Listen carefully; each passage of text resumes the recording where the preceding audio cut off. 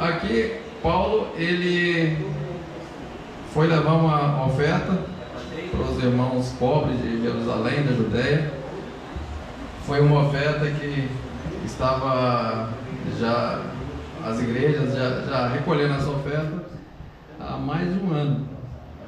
Quando a gente lê as cartas de Paulo aos Coríntios, Gálatas, a gente percebe a diligência que foi para socorrer os irmãos necessitados de Jerusalém. E Paulo, quando estava a caminho, vários irmãos advertiu que ele ia ser preso. O próprio Jesus apareceu para Paulo, o Espírito Santo também o falou que ele seria preso ali em Jerusalém.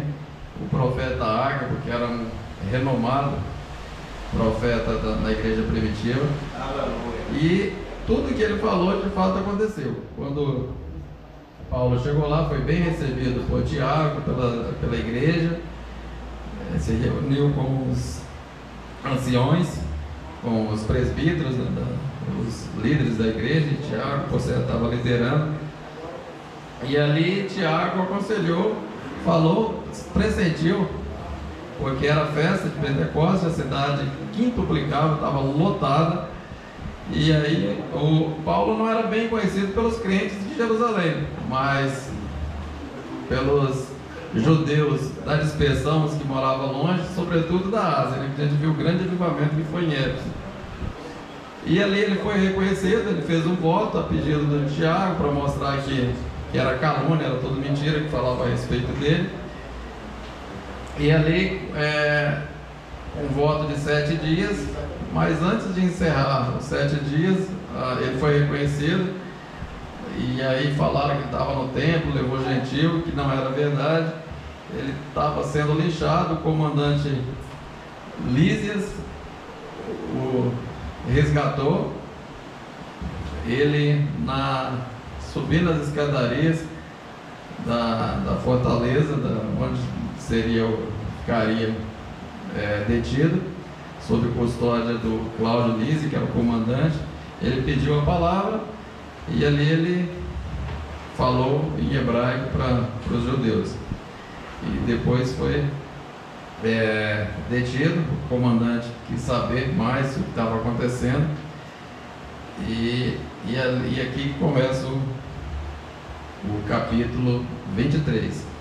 Só para uma informação que eu acho que é importante, essa fortaleza Antônia, que era onde ficavam os soldados romanos e as celas ali para alguém tivesse detido, ficava num local estratégico, era num lugar alto, então eles tinham a visão de toda a cidade. O templo ficava próximo, a 200, 300 metros dali. Então era um local bastante estratégico, né, que a construção dessa fortaleza. Bom, o capítulo 23, o esboço do capítulo 23 seria do versículo 1 ao 10. O Paulo é apresentado ao Sinédrio, né, o comandante leva ele ali para entender o que está acontecendo, porque ele é romano, esse negócio das leis dos judeus, ele não estava entendendo nada do que estava acontecendo, então ele queria entender. E aí levou Paulo no Sinédrio para saber o que estava acontecendo, qual que era a acusação, porque os judeus queriam ele morto. No versículo 11, Jesus aparece para Paulo, lá na fortaleza Antônia. Do 12 ao 15, é um juramento de conspiração, né, de 40 judeus que fizeram um juramento, um voto. Imagina um voto a Deus para matar alguém, né? Isso é bem religioso mesmo, né?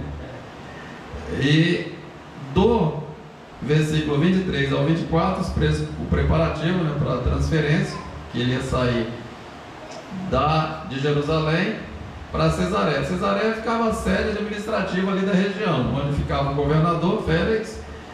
E como Paulo tinha cidadania romana, ali tinha certa regalia. Ele não ficou lá no subsolo, ele ficou num local até, estava preso, mas um local até bom.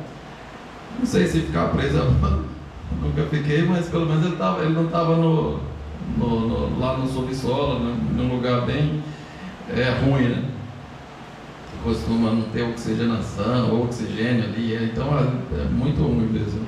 Ele estava num lugar, por ser romano ou cidadão romano, ele tinha algumas regalias, né? Do versículo 25 ao 30, o comandante Cláudio Lísias escreve uma carta para o Félix, o governador, que vai receber Paulo, né? E ele leva praticamente um exército para escoltar Paulo, 470 soldados. A gente vai ver isso aí, vai analisar essa carta do comandante. E do versículo 31 ao 35, Paulo já está em Cesareia perante o governador Félix. Ok? Ok. Então vamos lá. Versículo 1. Fitando Paulo os olhos no sinédrio, disse: irmãos, tenho andado diante de Deus com toda a boa consciência até o dia de hoje. Aqui Paulo já está diante do sinédrio. O sinédrio, que vocês sabem, né, era a corte dos judeus, seria o STF, né? Só que o STF nosso tem 11 ministros, né? Lá tinha 70 mais o presidente, né? Então era 71. E aí Paulo diante deles, Paulo já começa: irmãos, já coloca de pé de igualdade com eles, né? Porque como eram pessoas nobres, e o sinédrio ele foi inspirado nos 70 anciões de Moisés, lá no Velho Testamento, você se lembra, né? E para aconselhar Moisés. E aí o tratamento geralmente a pessoa que se apresentar falava: pô, príncipe do povo, e anciões de Israel, anciãos de Israel, mas eles falam de irmão já colocando de igualdade com eles, né? E ele destaca a sua consciência limpa, que é importante, né? O cristão precisa ter uma consciência limpa, colocar a cabeça no travesseiro e dormir bem, mostrando a sua sinceridade. Então ele já começa já testemunhando de si, né? Já no versículo 2, mas o sumo sacerdote Ananias, que era o presidente que estava presidindo aquela reunião, mandou os que estavam perto dele que ele batesse na boca. Então a reação do sumo sacerdote, do presidente, falou para alguém: dá um tapa na boca desse sujeito aí, porque ele, e bater na boca simbolizava uma tentativa de silenciamento, né? Queria silenciar o apóstolo Paulo, e demonstrando injustiça, né? E Ananias, esse sumo sacerdote, ele foi sumo sacerdote 10 anos, do ano 48 ao 58. E ele não teve boa fama, não. Ele era considerado insolente, ganancioso. Ele foi filho de um político judeu também. Então, e ele já vai demonstrando a tirania, né? Como que ele presidiu o julgamento. No versículo 3, Paulo fala o seguinte: então Paulo lhe disse: Deus te ferirá, parede branqueada. Tu estás aí sentado para julgar-me segundo a lei, e contra a lei manda agredir-me? Então o apóstolo Paulo já chama ele logo de hipócrita, né? Parede branqueada era os túmulos, né? E por dentro podre e por fora bonitinha, né? Parede toda branquinha. Aí o apóstolo Paulo já chama ele de hipócrita, né? Mostrando a indignação, né? Porque o apóstolo Paulo aí já viu que falou: esse negócio já não vai dar muito certo, não. O presidente já está mandando, não posso nem falar. Comecei a falar, ele já mandou me agredir, então esse negócio não vai ficar bom, não. Já no versículo 4, os que estavam ao lado disseram: injurias o sumo sacerdote de Deus, aí as pessoas já, os demais príncipes que estavam próximos, falaram: você é doido, não pode falar isso do sumo sacerdote, não. E no versículo 5, aí Paulo já se retrata, né? Respondeu Paulo: não sabia, irmãos, que era o sumo sacerdote, porque está escrito: não falará mal de uma autoridade do povo. E o apóstolo Paulo já cita Êxodo 22, 28, né, mostrando que ele também é conhecedor das escrituras. E é interessante que quando Paulo fala: Deus te ferirá a parede branqueada, e se cumpriu 10 anos depois, esse sumo sacerdote ele foi morto por um nacionalista, né, que acabou assassinando ele. Então não sei se foi uma profecia, mas acabou se cumprindo, né? Não sei se foi Deus que feriu ele, mas foi um nacionalista, enfim. E aqui o apóstolo Paulo ele fala: não sabia.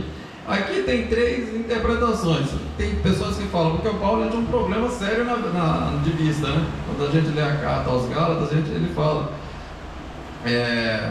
do problema ocular dele aqui no olho. Ele fala até que sentia muita dor, que ele foi bem recebido lá na galáxia, né? Os irmãos vejam ali, e os irmãos foram tão atenciosos que queria até arrancar o olho e dar para ele não ter esse problema. Então pode ser que ele não estava distante, né? Não estava conseguindo enxergar bem. Pode ter sido ironia, porque nessa época tinha 2 sumos sacerdotes, e como a fama desse sumo sacerdote não era boa, então pode ser que ela falou: não sabia que era sumo sacerdote, que era o sumo sacerdote. Pode ser que estava usando de ironia. E terceiro, que talvez esse sumo sacerdote ele não estava usando as vestes, porque era cheio as roupas eram cheias das coisas, então era bem fácil de reconhecer. Então pode ser uma das 3 coisas, ou até as 3 coisas também, né? O versículo 6: sabendo Paulo que uma parte era de saduceus e outra de fariseus, exclamou no sinédrio: irmãos, eu sou fariseu, filho de fariseu, no tocante à esperança e à ressurreição dos mortos sou julgado. Então o apóstolo Paulo viu que o negócio ali não ia dar muito certo, e sabia que o sinédrio era composto por judeus, por fariseus e saduceus. O Lucas, no próximo versículo, ele vai explicar essa diferença teológica desses dois grupos. Os saduceus era a elite, né? Eram não acreditavam em quase nada, né? Já os fariseus, e Paulo era da tradição do fariseu, então o apóstolo Paulo já tinha 2 grupos, os 2 grupos eram contra ele. A estratégia dele foi colocar um grupo contra o outro, né? E deu certo. Versículo 7: ditas essas palavras, levantou-se uma grande dissensão entre fariseus e saduceus, e a multidão se dividiu. Versículo 8: pois os saduceus, aí o Lucas já explica, né? Pois os saduceus dizem não haver ressurreição, nem anjo, nem espírito, ao passo que os fariseus admitem todas estas coisas. Então os fariseus criam nas minúcias da lei, né? Já os saduceus não, eles criam só na lei escrita, né?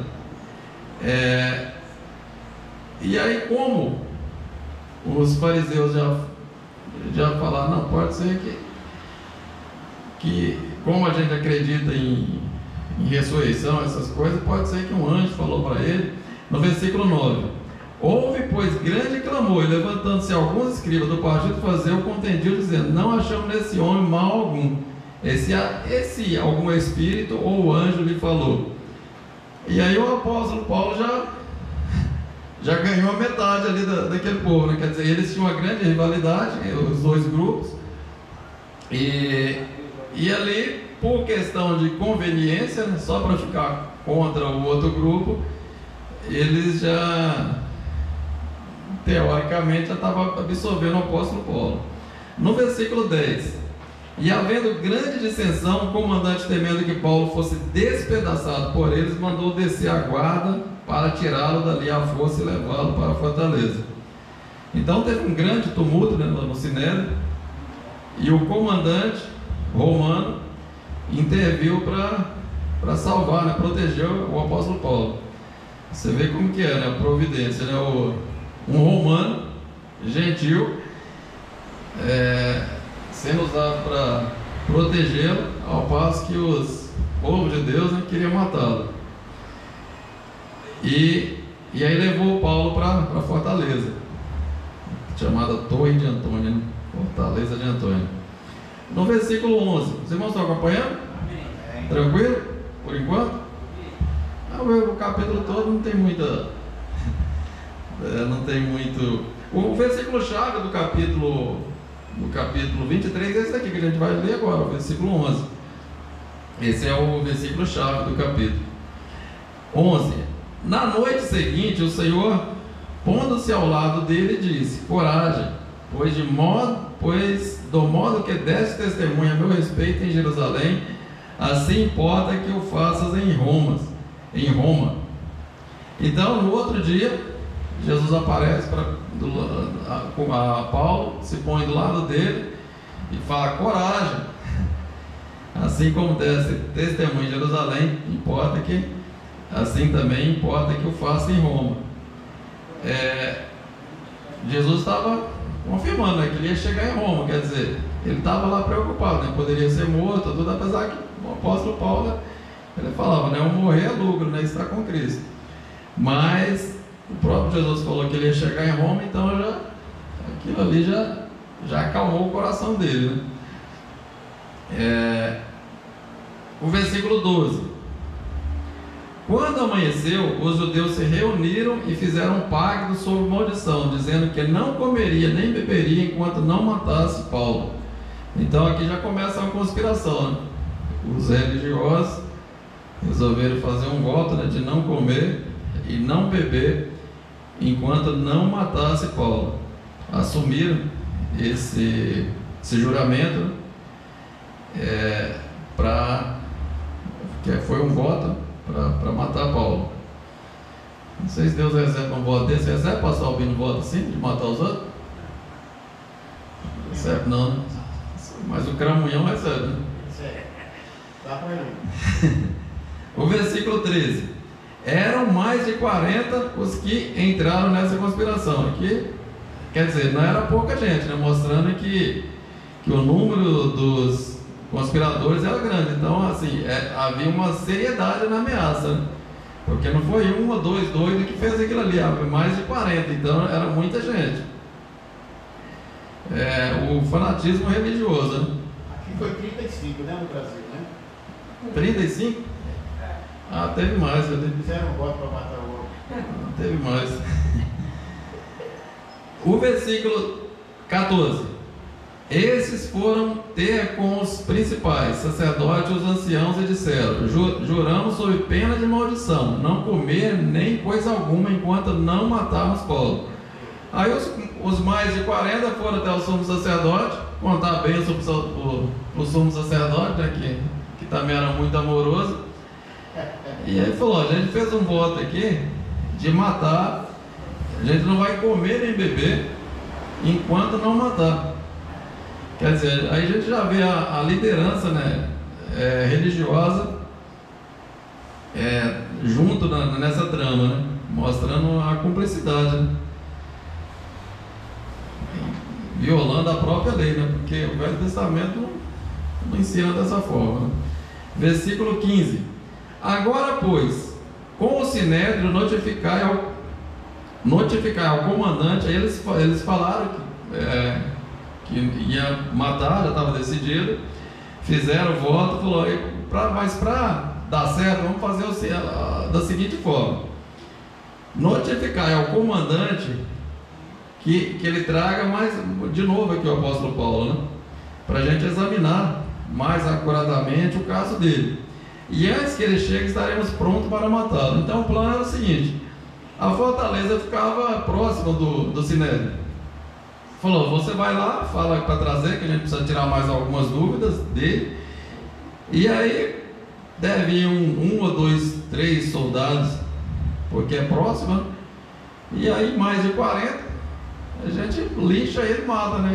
Lixamento não costuma, porque como é lixamento, não tem como responsabilizar alguém, né?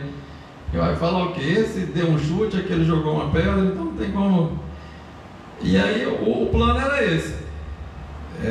Queria enganar o comandante, né? E ali matá-lo. No versículo 16: mas o filho da irmã de Paulo, sabendo que desta cilada entrou na fortaleza e avisou a Paulo. Olha a providência divina. Aí fala a família de Paulo, geralmente ali é a primeira vez que se fala da família dele. Então ele tinha uma irmã que estava morando em Jerusalém. O rapaz ouviu, não se sabe como também, Lucas não explica como, se ele estava lá no bar jogando snooker, né, e os caras conversando, e ele ali só de canto de orelha, e ouviu a conspiração, mas de alguma forma ele ouviu aquilo.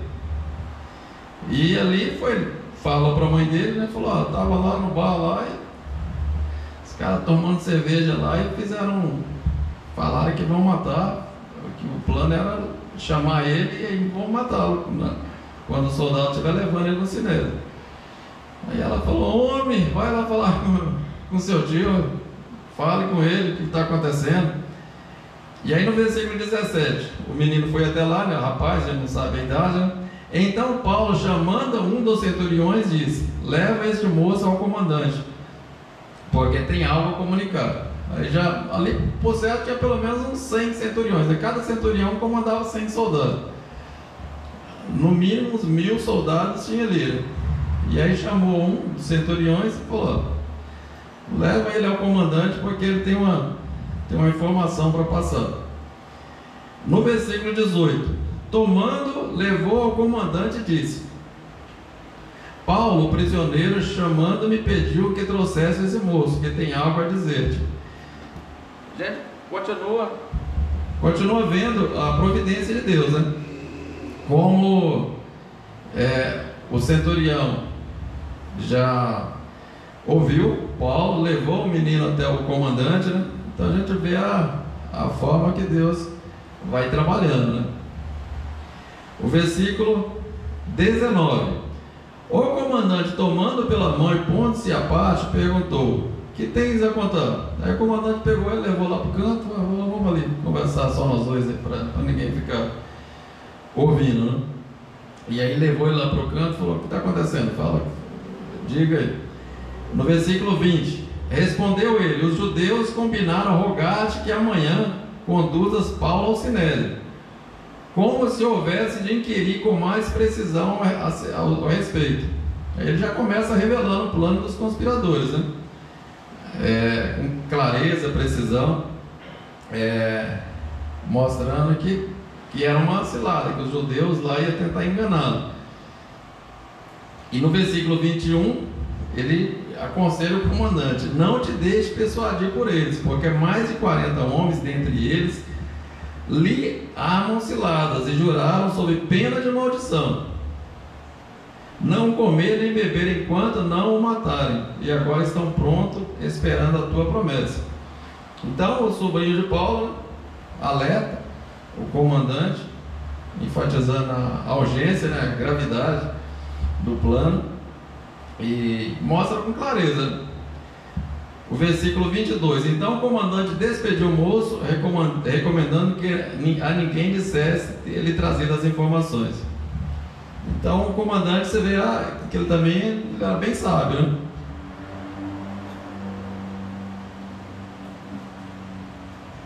E também para proteger, né, o sobrinho de Paulo, porque se os homens lá desconfiassem, assim como ia fazer mal para o apóstolo Paulo, podia fazer mal para a família dele também, né? E aí fala: vai, não fala nada. O versículo 23: chamando 2 centuriões, determinou-lhes: tende de prontidão, desde a hora terceira da noite, que é 9 da noite, né? A quantidade: 200 soldados, 70 cavaleiros e 200 lanceiros, para ir até Cesareia. Somando isso tudo aqui, dá 470, né? Vocês que são das exatas, né?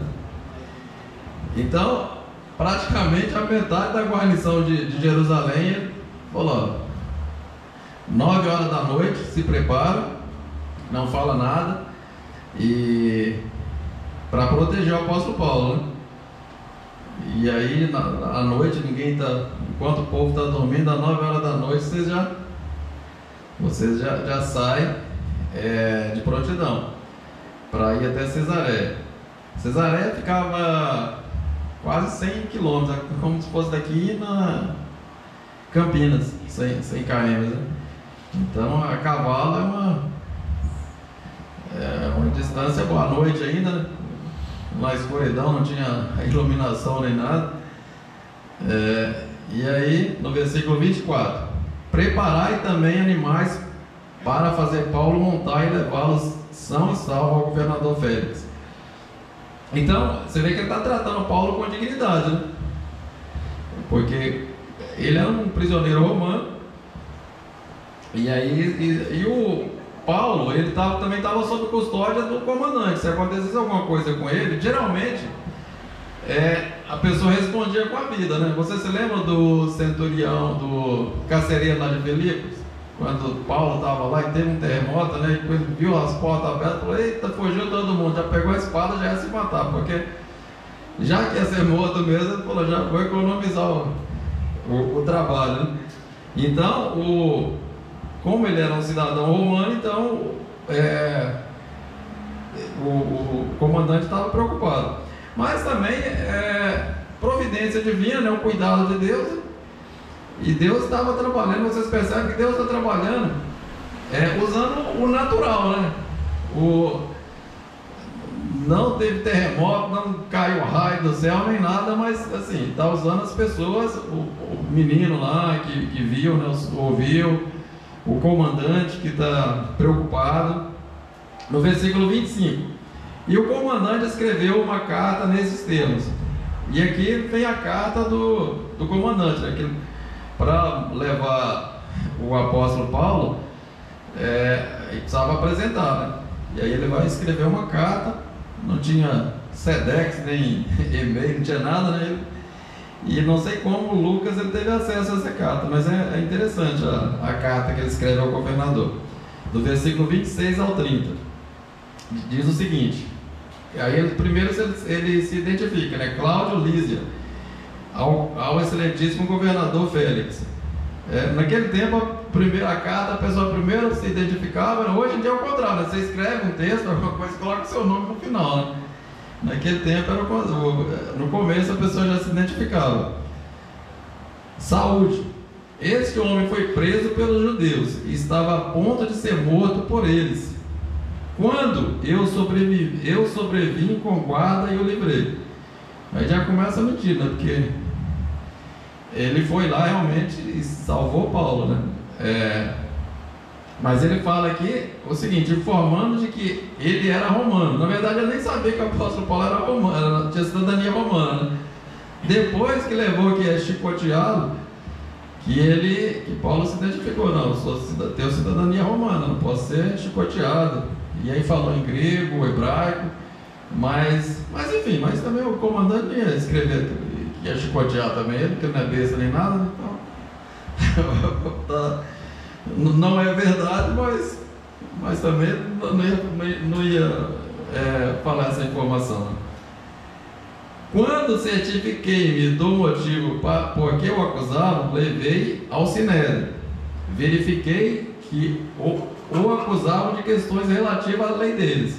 Aí fala, né? Eu queria saber, levei ao Sinédrio. E aí estava falando que ele quebrou a lei deles. Ele nem conhece a lei dos judeus, né? Mas que nenhum crime havia nele digno de morte ou de prisão. Aí ele fala, eu vi eles acusando, mas na verdade não precisava nem ser preso, né? E nem ser morto. Porém, sendo-me, denunciado que estavam prestes a ser objeto de uma cilada por parte do judeu, enviei-o imediatamente a ti, intimando também os acusadores a que perante ti apresentarem o que tiverem contra ele. Saúde, de novo, né? Então, como a sede do governo romano, o governador ficava ali em Cesareia, então ele falou, já passou o problema lá para o governador, você que resolva aí, que julga, e vou me livrar logo desse homem antes que aconteça um mal pior aqui. Então ele envia Paulo e fala que assim, no julgamento dele ele fala, para mim não teve, nem merecia ser preso, muito menos ser morto, né? No versículo 31, o soldado, pois, conforme lhes for ordenado, tomaram a Paulo e durante a noite o conduziram a Antípatre.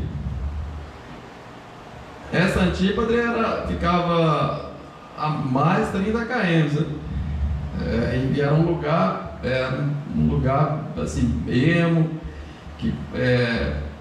perigoso, né? Alguém fazer cilada. No versículo 32, no dia seguinte, deixando os cavaleiros, seguiram com ele e voltaram para a fortaleza. Então eles entregaram Paulo ali, não teve nenhum incidente. Os soldados voltaram, já tinha protegido o prisioneiro, entregue, a missão foi bem sucedida, e aí eles voltaram. Versículo 33, os cavaleiros, chegando a Cesareia, entregaram a carta ao governador e também lhe apresentaram Paulo. Aí já entregaram Paulo a carta, né? Explicando o motivo porque ele estava ali e o que tinha acontecido, né? Versículo 34, lida a carta, perguntou ao governador de que província ele era, e quando soube que era da Cilícia, então o governador a princípio quis saber de onde que ele era, né? Como ele era de Tarso, né, que ficava na região da Cilícia, e o governador governava toda essa região, ele poderia muito bem julgar o caso de Paulo.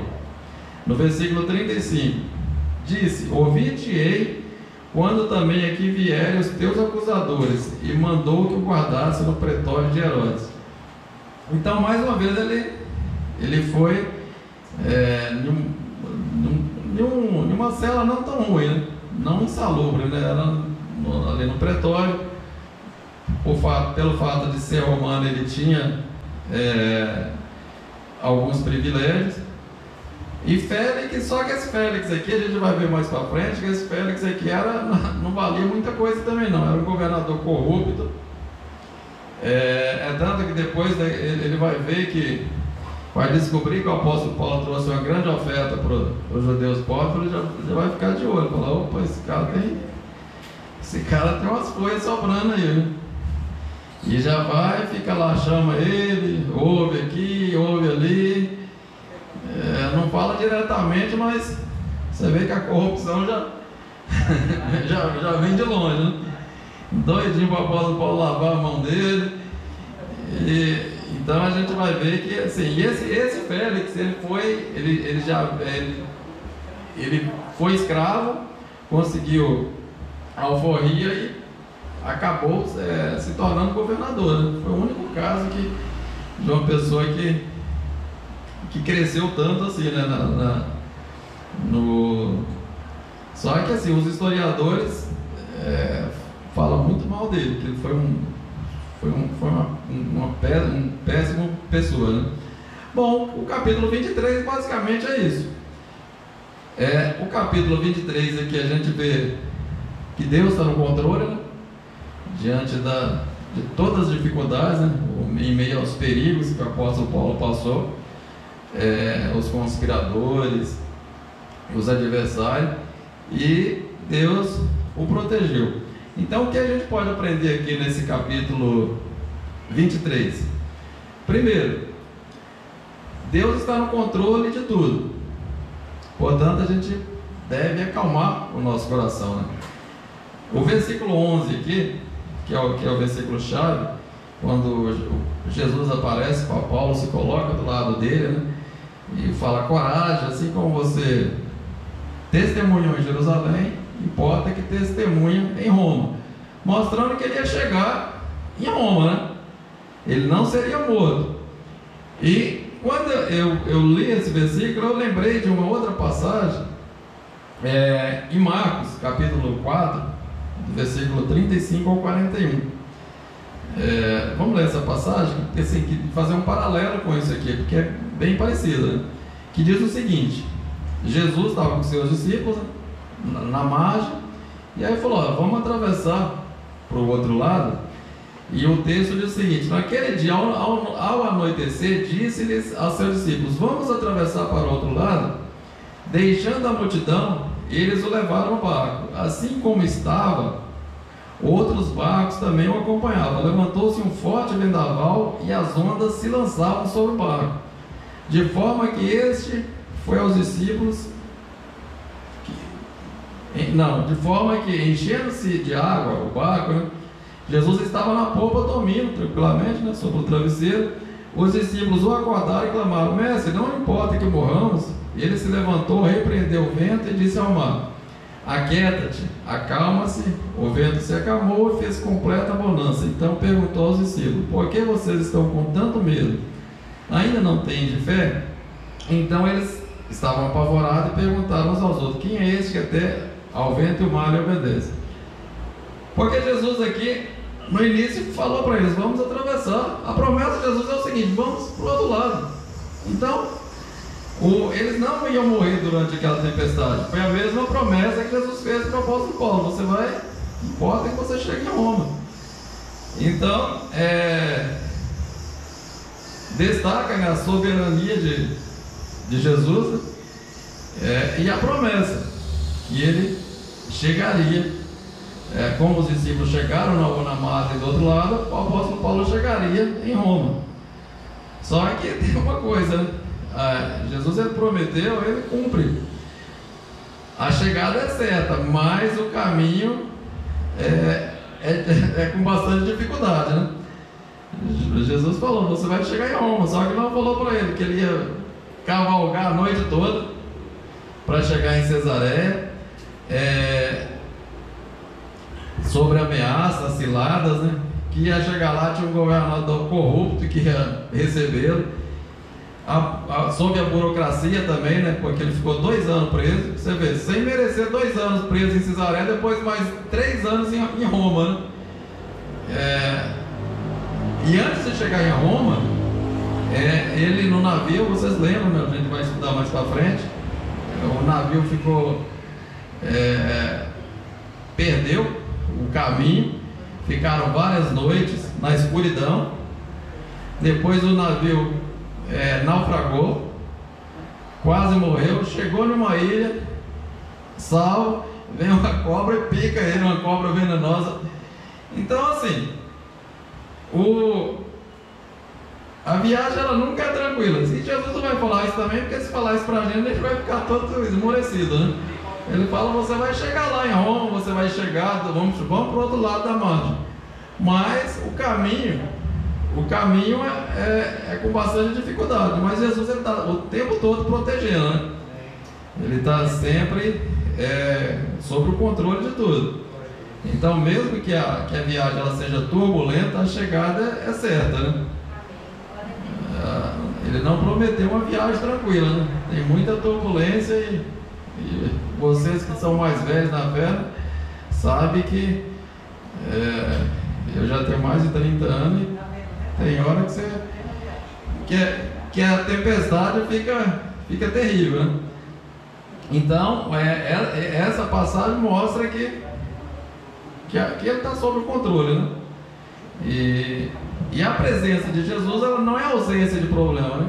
Fala: não, se Jesus está com você, não vai acontecer nada, não vai ter problema, não vai ter dificuldade. Então, a presença de Jesus não é de forma alguma ausência de tempestade, de problema, de ciladas, de perturbação. A segunda coisa que a gente aprende aqui é que Deus pode intervir com um milagre extraordinário, mas na maioria das vezes usa as coisas naturais. Então, assim, usou o sobrinho dele, que de uma certa forma não se sabe como ouviu a cilada, e aí o comandante se preocupou, porque o comandante aí podia falar: eu não quero saber não, deixa, é coisa de judeu, então deixa eles que se viram para lá. Mas ele deu crédito, né? Mandou quase o soldado, mandou quase o exército todo lá que estava em Jerusalém para escoltar Paulo. Então, assim, Deus às vezes ele usa de milagres, de coisa extraordinária, mas é muito raro isso. Na maioria das vezes Deus usa as coisas naturais. Alguém que trabalha com você, que vai te abençoar, que vai te trazer uma palavra, na maioria das vezes é isso. São as coisas naturais, regulares, do dia a dia, que Deus vai usando. E isso aí também é ruim, porque a gente acaba não pensando, a gente não nem vendo o cuidado de Deus, né? Ele está cuidando, mas você nem está percebendo, porque ele vai usando as coisas naturais, como usou aqui com o apóstolo Paulo, né? Terceira coisa, a religiosidade sem piedade é sempre maligna. A gente está vendo aqui, né, os judeus religiosos que participavam das festas, tudo, e com o Velho Testamento na mão, mas você vê, só pensava em matar, em morte, em perseguição, em cilada. Então a religiosidade sem piedade, ela é maligna. Então tem gente que está com a Bíblia na mão, mas não tem piedade nenhuma, né? E persegue as pessoas, e quer matar, e mata mesmo, né? Então, e você vê que as discussões teológicas deles, né, eram conhecedores, os sacerdotes, os mestres, e até ali na discussão, né, você vê que como um grupo era contra o outro, por conveniência ali já ficou do lado do Paulo, né? Mas depois já queria matá-lo também. E a última coisa que eu vejo nesse texto é o seguinte: é que a gente precisa saber usar o tato em diferentes fases da vida, né? O apóstolo Paulo aqui, e você vê não só no capítulo 23, mas em todo o livro de Atos, ele sabia discernir. Aqui quando o sumo sacerdote mandou bater no rosto dele, ele protestou. Então, assim, e usou de inteligência também, né? Quando ele viu que o negócio não ia dar certo, ele já falou que era fariseu, já colocou um grupo contra o outro.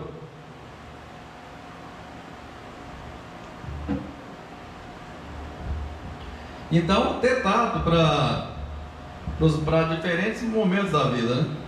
Há momentos na vida que a gente precisa se dignar, protestar contra a injustiça. Há momentos que a gente já tem que ficar em oração e deixar Deus trabalhar.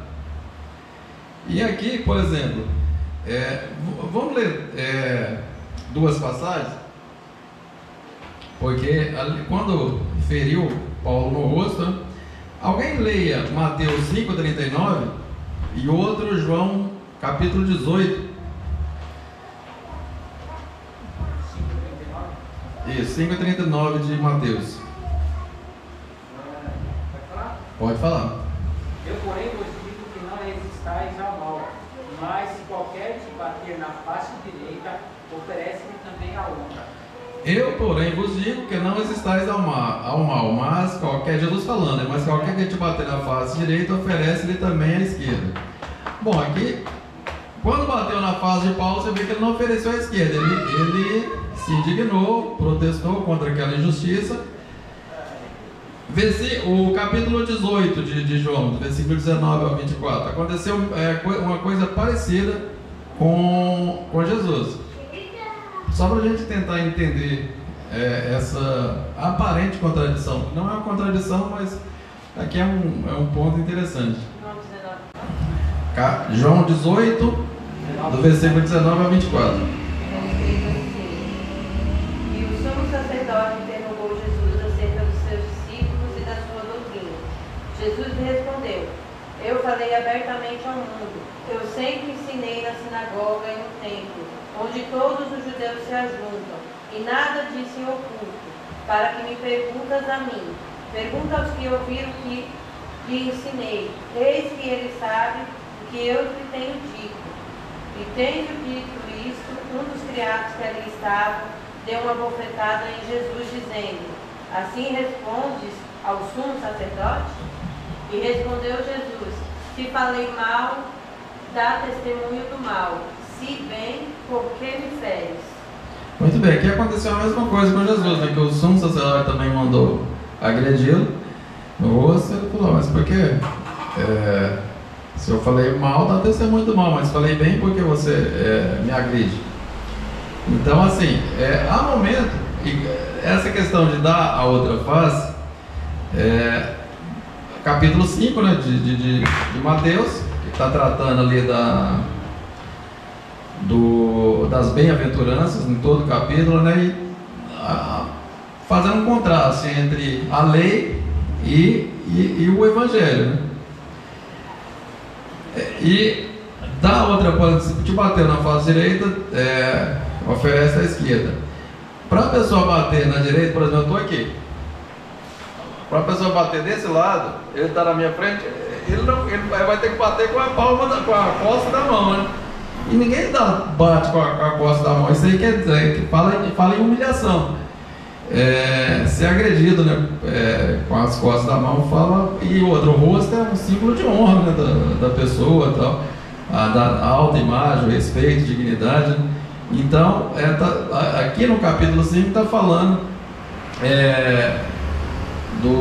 de honra, né, da questão de honra.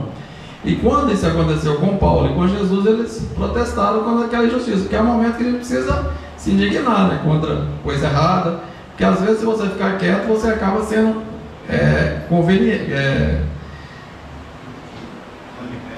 conivente, né, com aquela situação. Então, os dois mostraram que estava errado aquilo. O contexto de Mateus, no capítulo 5, né, quando Jesus ensina sobre o comportamento do cidadão do reino de Deus, no Sermão do Monte, ali em todo o capítulo, para sair dessa lógica, né, de vingança com vingança, né, e demonstrar um espírito de mansidão. Então, não resistir ao mal, mas não retribuir ofensa com ofensa, né? Isso seria oferecer a outra face. E tanto Jesus como Paulo, quando aconteceram com eles não guardou o silêncio. Se eu falei mal, dá testemunho do mal, mas se falei bem, por que me fere? Então ele não retalhou o sacerdote e também não foi conivente, né, com o abuso, né, contra aquela injustiça. Demonstrando que nenhuma situação, como o apóstolo Paulo aqui, às vezes você não precisa agir com rancor, com agressividade. E quando Paulo foi ferido, né, ele protestou e falou: não, mas é o sumo sacerdote. Ele já se retratou, falou: não sabia que era o sumo sacerdote, já se desculpou.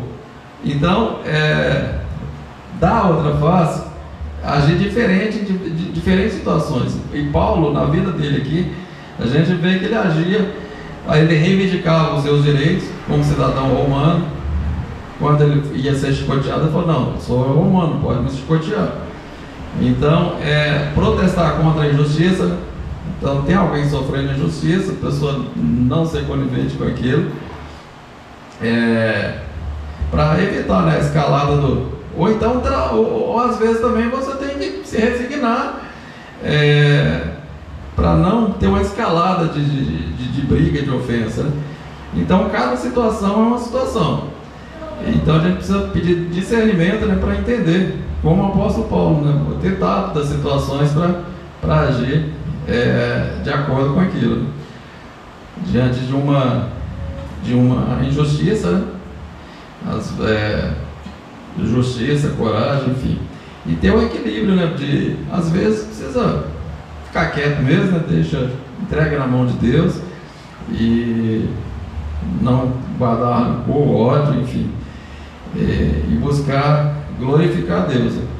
Então, pedir esse tato, esse discernimento para Deus, como Paulo fazia, né? Nesse momento ele viu que estava tudo errado, né? Então mas há momentos que eu ficava quieto também, né? A resignação, né? Então tem momentos que você precisa se indignar diante de injustiça e tem momentos que resignar, né? Entregar na mão de Deus, enfim. E é isso, ok? Pergunta muitas, dúvidas todas. Tem alguém que quer falar alguma coisa, fazer alguma pergunta? Oi? Tudo certo. Tá tudo certo? Tudo explicado e nada entendido? Entendi.